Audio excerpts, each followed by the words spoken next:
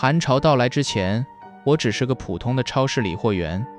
我以为提前囤满一屋子的物资，就能在末日里安安稳稳活下去。可我没想到，全球冰封的第7天，我就被逼到了悬崖边。本期故事要开始了，请给老王点个赞吧，感谢。7天前，这个世界还一切正常。前一天的天气预报只说会有小幅降温，没人想到一夜之间气温从零上10几度，断崖式跌到了零下30多度，城市瞬间瘫痪，断水、断电、断网。钢筋水泥堆起来的城市，一夜之间变成了巨大的冰窖。我叫曾无忌，之前是家大型超市的理货员，也是靠着这份工作，寒潮来之前，我凭着职业敏感，提前囤了满一屋子的物资，压缩饼干、肉罐头、纯净水、固体酒精、暖宝宝，还有10几件厚羽绒服和抗寒睡袋。除此之外，我还备了便携式一氧化碳检测仪和换锁用的最高规格锁芯，算下来省着点用，够我一个人安安稳稳活3个月。我独居在这栋公寓的28层。寒潮降临之后，我第一时间换了门锁，焊死了阳台的窗户，用棉被和胶带封死了绝大多数缝隙，只留了一条极窄的窗缝用来通风。每次用固体酒精取暖，我都会死死盯着检测仪的数值，不敢有半点马虎。我以为只要我锁好门，不惹事，就能熬过这场灾难。可我没想到，灾难里最磨人的从来不是寒冷和饥饿，是人心。对门的邻居是在下午4点开始敲门的，一家3口，男主人、女主人，还有个5岁的小男孩。之前在电梯里碰到过几次，顶多就是点头之交，连名字都叫不上来。最开始是男主人的声音，隔着厚重的防盗门，带着哭腔的哀求：兄弟，开门，求你了，我们家一点吃的和暖气都没有了，孩子快冻僵了，你给我们一口热水，一口吃的就行，我们不白拿，以后肯定还你。我站在门后，浑身的肌肉都绷着，手死死地攥着门把手，指尖都攥白了。我不敢开门，甚至不敢凑到猫眼跟前去看，因为3天前我就是因为一时心软，差点把自己的命都丢了。3天前，楼下一个老太太敲我的门，隔着门哭，说自己的小孙子饿了2天了，求我给点吃的。我听着老人的哭声，还有孩子微弱的哼哼，心一下子就软了。我想着就开一条门缝，把东西递出去，应该没事。可我刚把门锁拧开一条缝，递出去2包饼干，门外面突然冲出来2个年轻男人，狠狠地撞在了门上。我整个人被撞飞出去，摔在地上。他们冲进来，一把掐住了我的脖子，把我按在地上，眼睛里全是红血丝，疯了一样的要抢我的物资。那一次，要不是我提前在门后放了一把消防斧，拼了命的抡起来，把人打了出去，我早就死在那天了。直到现在，我脖子上被掐出来的淤青还清晰的流着，一咽口水就疼。那种被背叛、被算计差点死掉的恐惧，已经刻进了我的骨头里。门外的哀求还在继续，从最开始的哀求，慢慢变成了嘶吼，变成了绝望的哭喊。女主人的声音已经哑得不成样子，带着孩子一起哭：大哥，求你了，孩子快不行了，你开门，让我们进去暖和，5分钟就行，5分钟就好，我们给你磕头了。门外传来咚咚的磕头声，一声接着一声，砸在冰冷的防盗门上，也砸在我的心上。我的手已经放到了门锁的卡扣上，我脑子里有个声音在喊：开门吧，那是3条人命啊，还有个5岁的孩子，你怎么能眼睁睁看着他们冻死在外面？可另一个声音更清晰，更冰冷，他说：你忘了3天前差点死掉的滋味了吗？你开门，就是把自己的命交到了陌生人的手里。一旦他们进来了，看到你满屋子的物资，你确定他们不会像上次那2个人一样，对你动手吗？你守的不是物资，是你自己的命啊！我就那样站在门后，听着外面的声音一点点变弱。他们裹着2床厚棉被，可在零下35度的楼道里，这点保暖根本撑不了多久。不到1个小时，嘶吼和哭喊就没了力气，变成了越来越微弱的呢喃。孩子的哭声早就停了，只剩下断断续续的咳嗽。楼道里的声控灯早就坏了，只有他们敲门的时候才会偶尔亮一下，然后又迅速陷入黑暗。我知道，我每多犹豫1分钟，他们离死亡就近了一步，可我还是不敢动。我甚至不敢凑到猫眼去看，我怕我看到孩子冻得发紫的脸，看到他们绝望的眼神，我会控制不住自己打开这扇门。也是那时候我才发现，猫眼的位置一片漆黑。他们敲门的时候刻意避开了猫眼的视线，这个细节像一根冰针狠狠地扎了我一下，让我那点摇摇欲坠的心软瞬间凉了大半。更让我心里发毛的是，寒潮降临之后，我每天都会检查门锁。就在昨天，我就发现门锁的锁扣位置有被人撬动过的痕迹，不是今天留下的，是之前就有了，只是那时候我以为是冻裂的痕迹，没放在心上。天慢慢黑了，门外的声音越来越小，到最后只剩下断断续续的几乎听不见的呼吸声。再后来什么声音都没了，整个楼道死一样的寂静，只有外面寒风刮过墙体的呜呜声。我还是站在门后，浑身僵硬，手心里全是冷汗，冷汗又在指尖冻成了冰凉的水珠。我知道他们没了。我一夜没合眼，就靠在门后，听着外面的动静，直到天边泛起了一点点鱼肚白，楼道里还是一点声音都没有。我咬着牙，小心翼翼地挪开了门后抵着的铁柜子，一点点地拧开了门锁，拉开了一条不足1指宽的缝隙。刺骨的寒风瞬间灌了进来，冻得我一哆嗦，而我的目光落在了门口的地面上，那里放着半袋饼干，用皱巴巴的塑料袋裹了好几层，袋子上面还留着几个冻硬了的手印。那是他们一家3口仅剩的最后一点吃的，临死之前，他们把这点东西留在了我的门口。我看着那半袋饼干，整个人都僵住了，像被人狠狠地砸了一棍子，脑子一片空白。我明明是为了自保才锁上了这扇门，我明明有充足的理由不去管陌生人的死活，可在这一刻，铺天盖地的自我谴责像冰冷的潮水一样，把我整个人都淹没了。我甚至不敢去想，他们在生命的最后一刻是抱着什么样的心情，把这半袋饼干留在了这里。我锁上的真的只是一扇门吗？还是我作为一个人最后那点底线？可如果重来一次，我敢开门吗？我还是不敢。看到这儿的时候，我想问问你们，如果是你，在零下35度的末日里，你会给门外求救的陌生邻居开门吗？邻居的事过去之后，我把门后又多堆了一个装满物资的铁柜子，心里的那道防线也越筑越厚。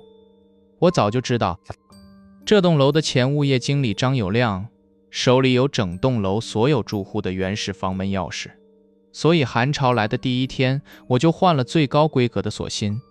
就算他能拧开原始钥匙，也根本进不来。可我也清楚，该来的总会来的。在末日里，你手里有充足的物资，就像黑夜里举着一盏明灯，迟早会引来所有人的目光。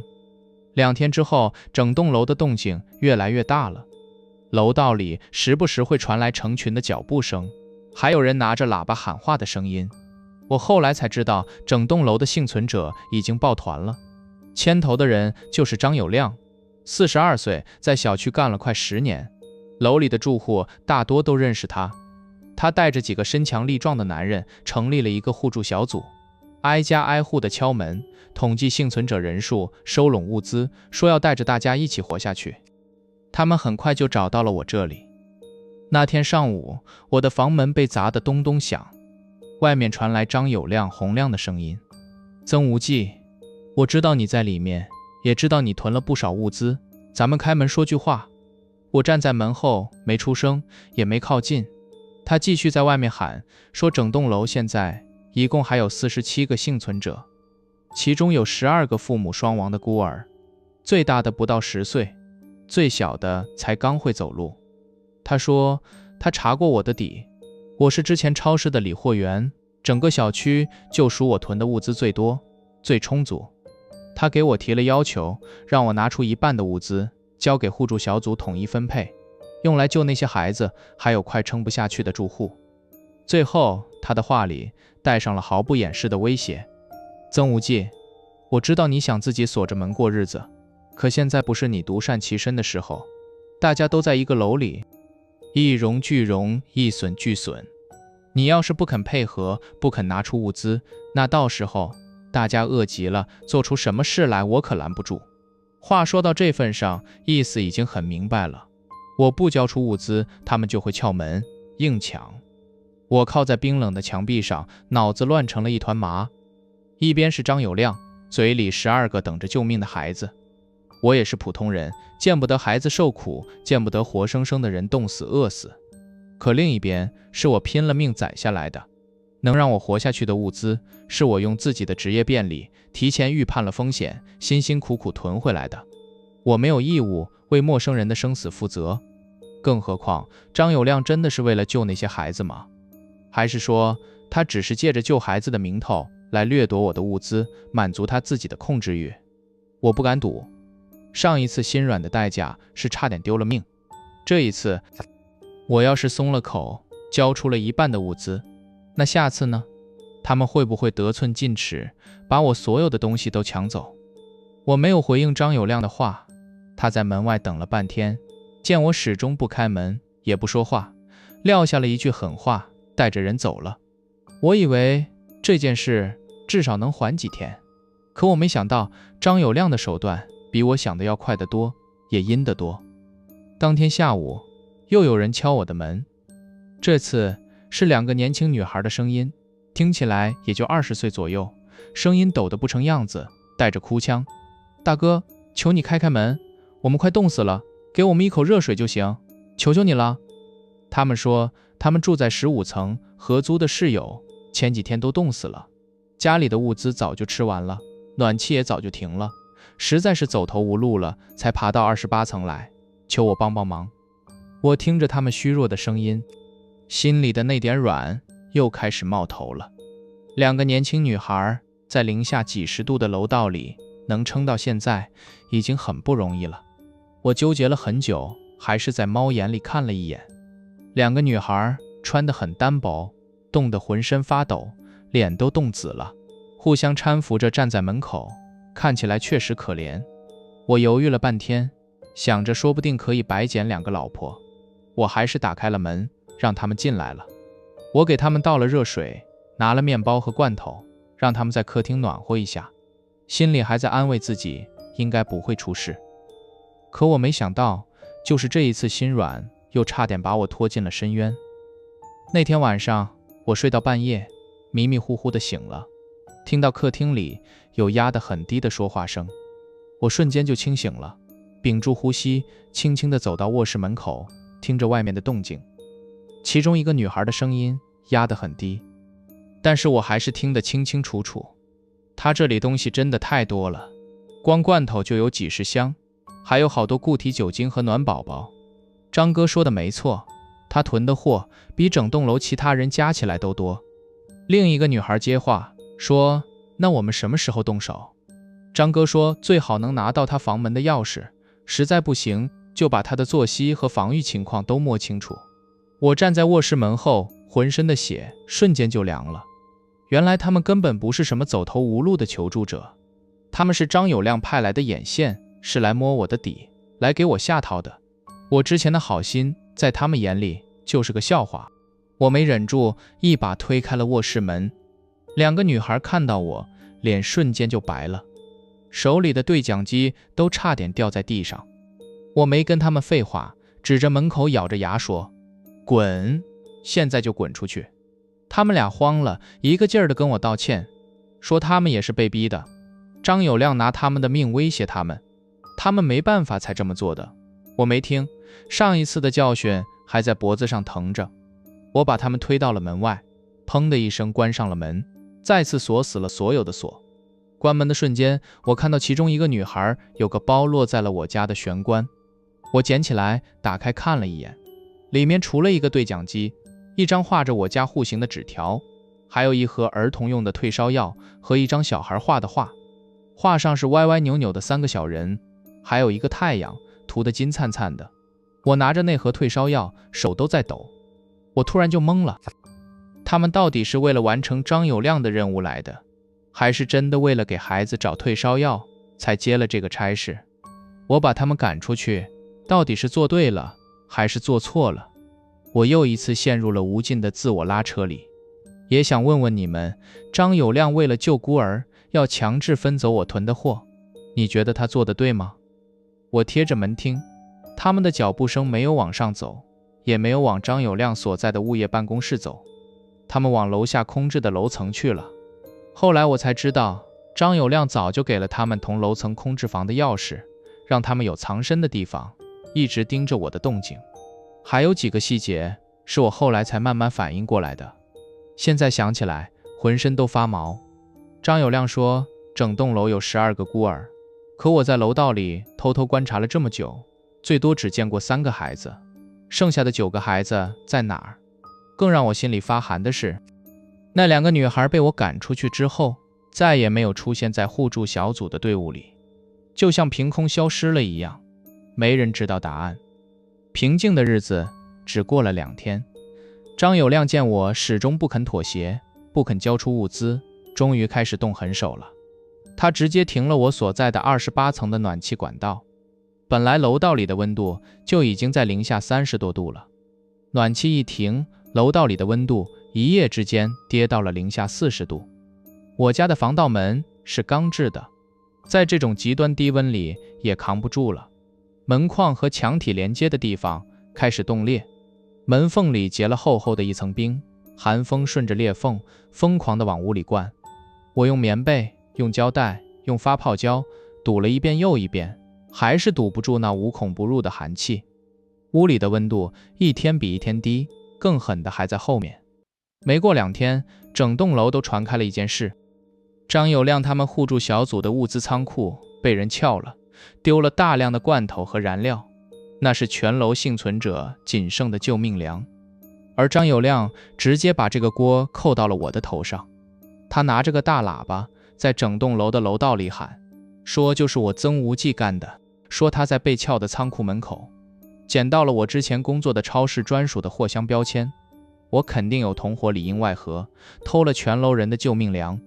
他说我不仅不肯共享物资，还断大家的活路，是想看着整栋楼的人都冻死饿死。他煽动所有的住户来围堵我的房门。那天我的门外围了几10个人，砸门声、骂声、嘶吼声混在一起，震得整个墙壁都在抖。曾无忌，你个畜生，开门，把偷的物资交出来，不然我们砸门了。这种自私自利的人就该把他拖出去冻死。我靠在门后，手里紧紧地攥着那把消防斧，浑身的血液都往头上冲，又愤怒又无力。我根本没偷过什么物资，这全是张有亮的栽赃陷害。可没人听我解释，在饥饿和寒冷的绝境里，人早就失去了判断能力，他们只需要一个发泄的对象，一个可以抢的目标。张有亮只需要一句话，一点伪造的证据，就能把我变成整栋楼的公敌。那时候我才明白，末日里最动人的从来不是零下40度的寒风，是身边人的算计，是被所有人孤立，被推到悬崖边的绝望。我被彻底逼到了绝境，守在28层，迟早会被他们破门而入，要么被抢光物资，要么被拖出去冻死。我不能坐以待毙。我想起之前用对讲机扫频的时候，听到过楼里其他几个住户的对话，他们和我一样不肯交出物资，被张有亮逼得走投无路。我试着用对讲机联系上了他们，一个是住在16层的货车司机，姓王，手里有不少物资，还有防身的家伙；一个是住在20层的独居老人，之前是个工程师，懂水电，也囤了不少东西；还有2个住在22层的年轻夫妻，带着一个刚出生没多久的婴儿，不肯把物资交出去，被张有亮停了暖气，孩子已经冻得发烧了。我们几个人在对讲机里聊了很久，都清楚，单靠我们自己根本斗不过张有亮和他的互助小组。我们决定组成一个自保小队，互通消息，共享资源，一起对抗张友谅。我们定了计划，先摸清张友谅的物资存放点，还有他的人手分布，再找机会跟他谈条件，实在不行就拼一把。我以为我们抱团之后至少能有一战之力，可我没想到我再一次栽在了信任这2个字上。我们的计划刚定好不到半天就出事了。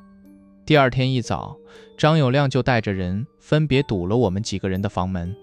我们定的所有计划，所有的联络方式，甚至我们每个人手里有多少物资，有什么防身的家伙，张友谅全都知道得一清二楚。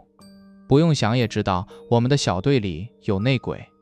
我花了整整1天的时间顺着线索查，最后查到的结果像一盆冰水，把我从头浇到脚。那个内鬼就是之前被我赶出去的那2个女孩里的其中一个。他骗了22层那对年轻夫妻，说自己手里有儿童退烧药，能救他们发烧的孩子，就这么换来了我们小队的对讲机频道，还有所有人的信任，混进了我们的队伍里。我们以为自己在偷偷布局，可在张友谅眼里，我们的一举一动全是透明的。也是这时候，我抓到了一个落单的张友谅的手下。我提前摸清了他们巡逻的路线，在消防通道的拐角处堵到了他。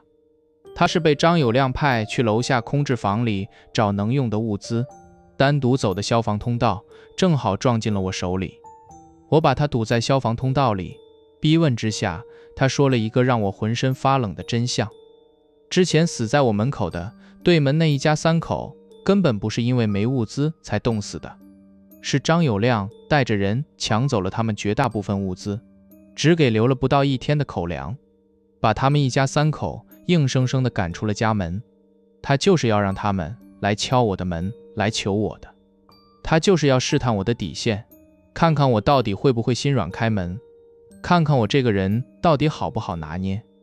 而邻居临死前留在门口的半袋饼干，是孩子偷偷藏在棉衣口袋里的，搜身的时候根本没发现。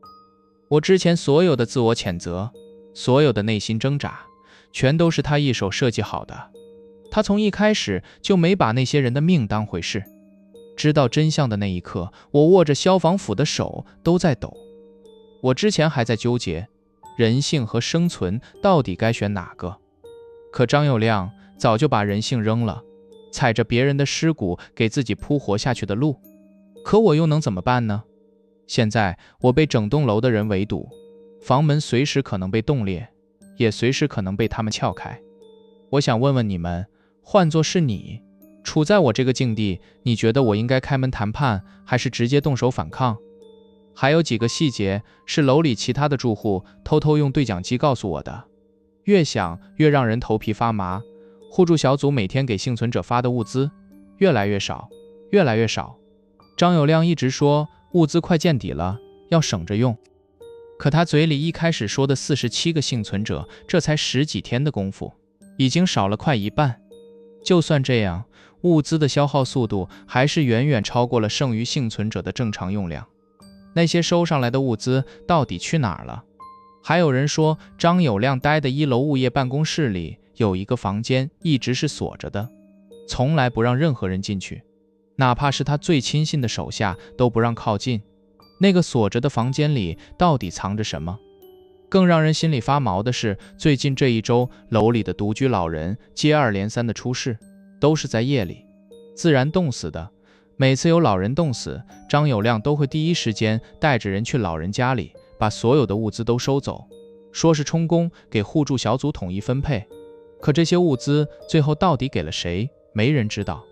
这些事像一根根的刺扎在我心里，让我越来越清楚，张友谅这个人远比我想象的要狠得多，也复杂得多。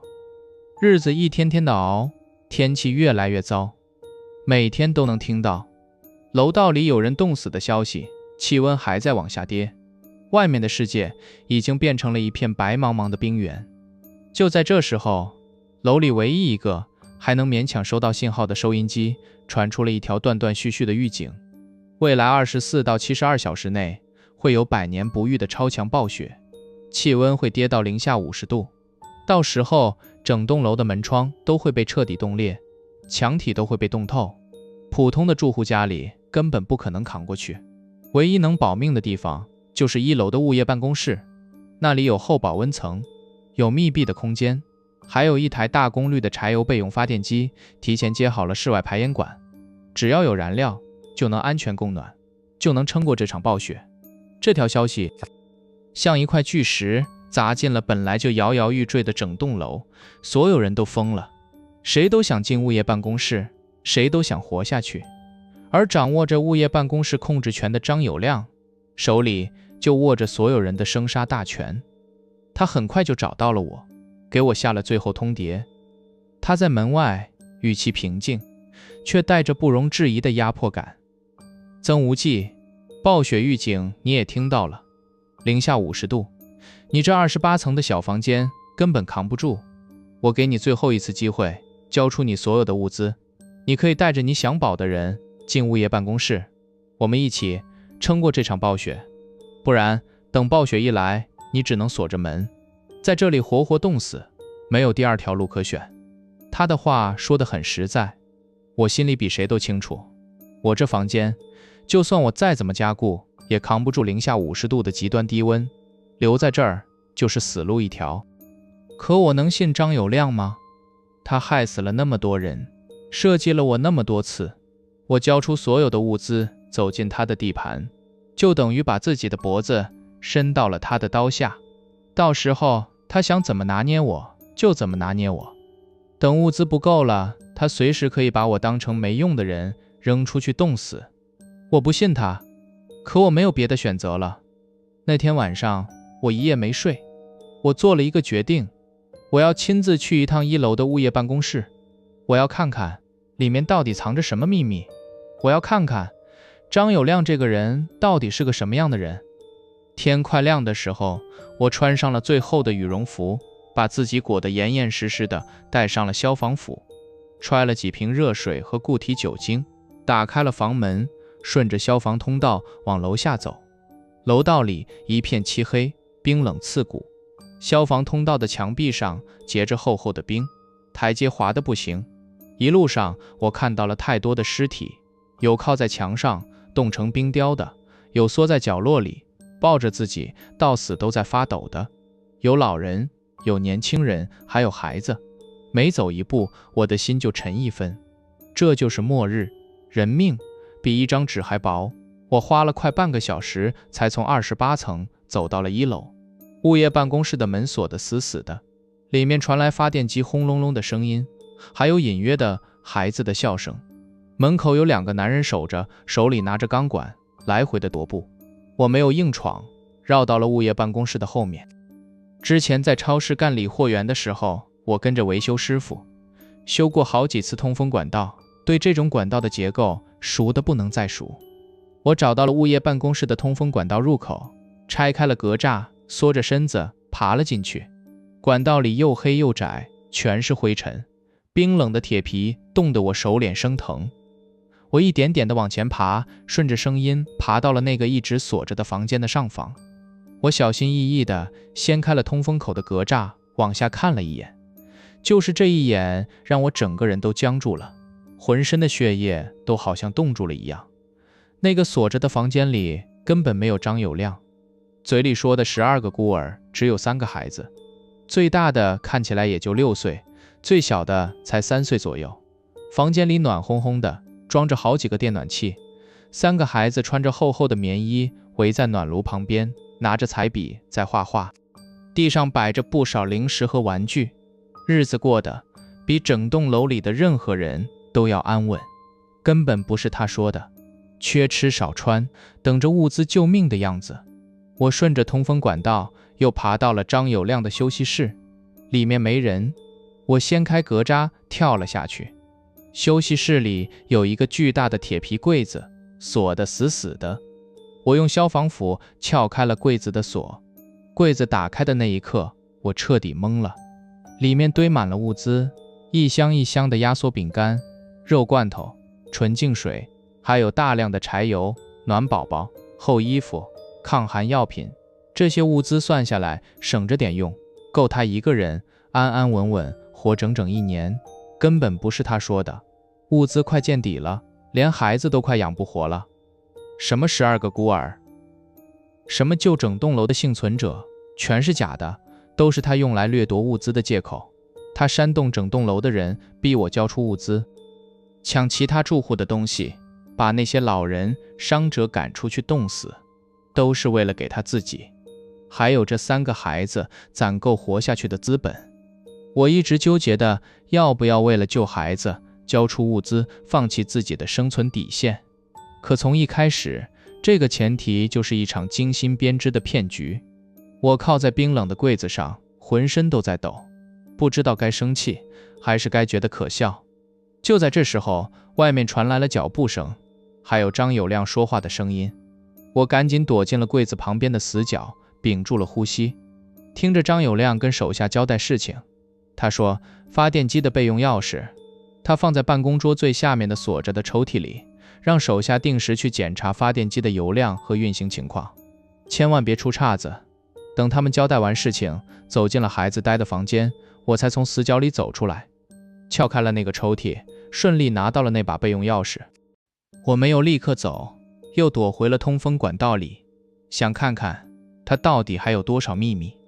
没过多久，那个手下又进来了，叹了口气，问张友亮：暴雪马上就要来了，剩下的物资撑不了多久，到时候怎么办？张友亮的声音带着浓浓的疲惫，还有一种近乎疯狂的偏执。他说等暴雪来了，先把那些没用的老人还有受了伤的都清理出去，能省不少物资。他说他自己的命无所谓，一定要保住那3个孩子。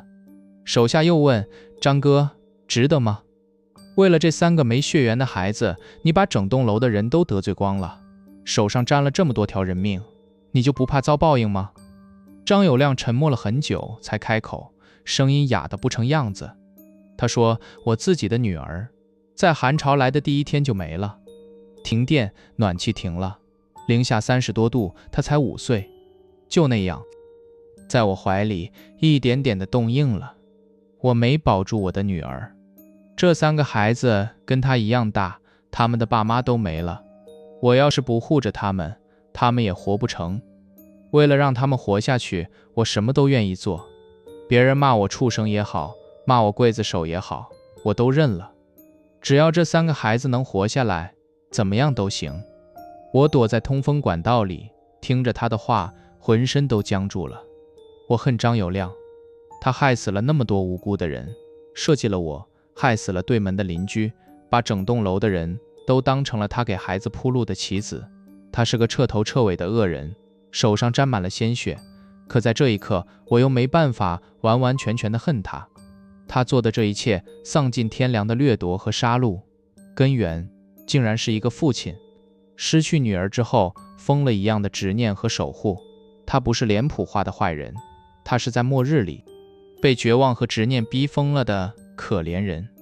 我手里的消防斧一下子就变沉了，我不知道该怎么定义这个人，也不知道该用什么样的态度去面对他。我想问问你们，知道了这个真相，你会选择和张友亮合作，用物资换避难的机会，还是和他拼到底？还有几个细节我到现在都忘不掉，越想越觉得心里发毛。我在张友亮的柜子里看到了几箱罐头，上面的标记是我之前工作的超市的专属标记，也是我之前被抢走的那批物资。原来3天前闯进我家抢东西的那2个人也是张友亮派来的。还有我躲在通风管道里的时候，看到那3个孩子画画的时候小声的聊天，说张叔叔又把人赶出去了，外面好冷。原来他们什么都知道，知道张友亮做了什么，知道那些人是怎么死的。更让我后背发凉的是，我在通风管道里爬行的时候，发现管道的内壁上有很多新的划痕，还有人留下的脚印。也就是说，在我之前早就有人顺着这个通风管道爬进来过，有人一直在偷偷地监视着张友亮，监视着物业办公室里的一切。这个人是谁？他有什么目的？没人知道。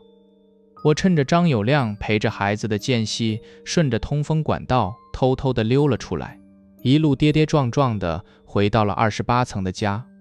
我刚把门锁好，外面的天就彻底变了。暴雪来了，狂风卷着雪粒狠狠地砸在窗户上，发出噼里啪啦的声响。整栋钢筋水泥的公寓楼都在狂风里微微地发颤。屋里的温度计数值在疯狂地往下掉，零下10度，零下15度，零下20度。我家的防盗门早就冻裂了，巨大的裂缝里寒风裹着雪沫子疯狂地往屋里灌。我用棉被堵了一层又一层，根本无济于事。门框和墙体连接的地方冰越结越厚，已经开始出现明显的裂痕了。我很清楚这个房间撑不了多久了，最多半天，这扇门还有这面墙就会被彻底冻透。到时候屋里的温度会和外面的零下50度没有任何区别，我会被活活冻死在这里。就在这时候，门外传来了沉重的脚步声，还有砸门的声音，是张友谅，他带着人来了。我贴着门能听到外面孩子微弱的哭声，还有寒风的嘶吼。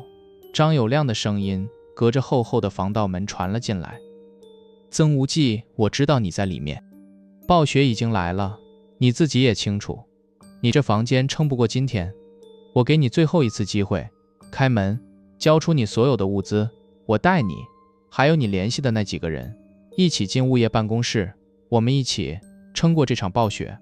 他顿了顿，声音里带上了一点复杂的情绪。我知道你恨我，我也知道你查到了不少事，可现在我们没得选，要么我们一起活下去，要么就一起冻死在这场暴雪里。你好好想想。门外孩子的哭声越来越弱，伴随着一阵阵的咳嗽。我靠在门后，手里紧紧地攥着2样东西，一样是我从张友谅的办公室里偷出来的发电机的备用钥匙，另一样是我画的通风管道的路线图。我清楚地知道，现在的我有2个选择，2个都能让我活下去，却又完全不同的选择。第一个选择，打开这扇门，交出我所有的物资，跟张友谅合作，跟着他一起进物业办公室，这样我能活下去，我想保的那几个人也能活下去，那3个孩子也能活下去。可代价是我要放弃我所有的生存依仗，把我的命完完全全的交到张友谅的手里。我要和那个害死了几10条人命的凶手待在同一个屋檐下共生。我要赌他在物资不够的时候不会把我当成没用的人，不会像对那些老人一样把我也赶出去冻死。我还要原谅他，原谅他设计害死了对门的邻居，原谅他煽动整栋楼的人把我逼到绝境，差点害死我。而第2个选择，我现在就背上我的物资，带着我的人，顺着消防通道再一次下到1楼，顺着我熟悉的通风管道爬进物业办公室，用我手里的钥匙启动发电机，锁死所有的门窗，把那个温暖的避难所牢牢地握在我自己的手里。